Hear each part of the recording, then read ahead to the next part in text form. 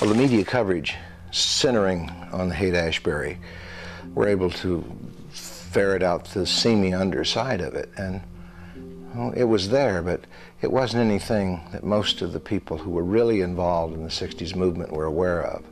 By the time the people started swarming into the Haight-Ashbury, the pioneers of the psychedelic movement, if we can call it that, had left. They were no longer wanting to be involved with what was happening in the city.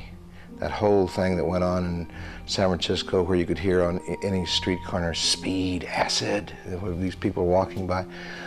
We were never part of that. Everybody went home.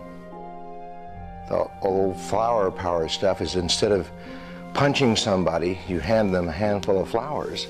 That's really the essence of the 60s. The belief that you can do, as Lincoln says, you can make more friends with honey than vinegar. And that is, if you could boil the essence down to the essence, that's close to it there, is that we were trying to reach out to the world with goodness instead of with weaponry.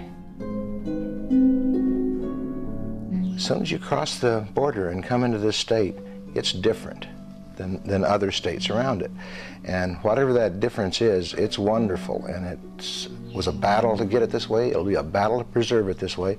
And in some ways, it is connected to that old 60s flower power, you know, the really have a nice day. The first time you ever heard it in the 60s, it was trite the very first time you heard it, but when you mean it and look somebody in the eye and say, have a nice day here, let's help pick up the stuff over here, let's keep this water clean, let's keep the air clean.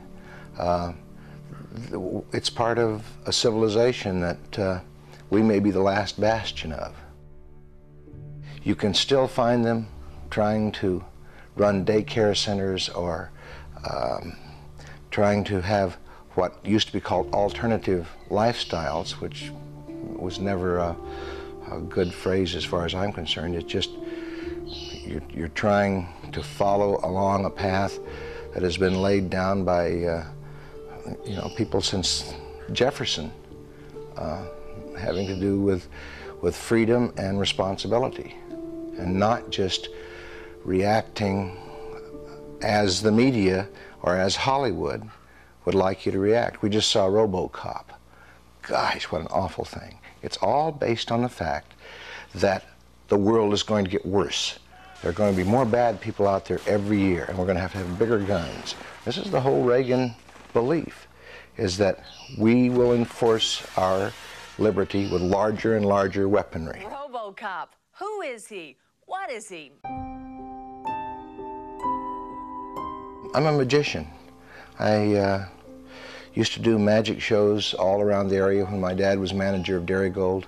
We would go out to Vaughan and or to Crow and to Mapleton and do shows for the farmers.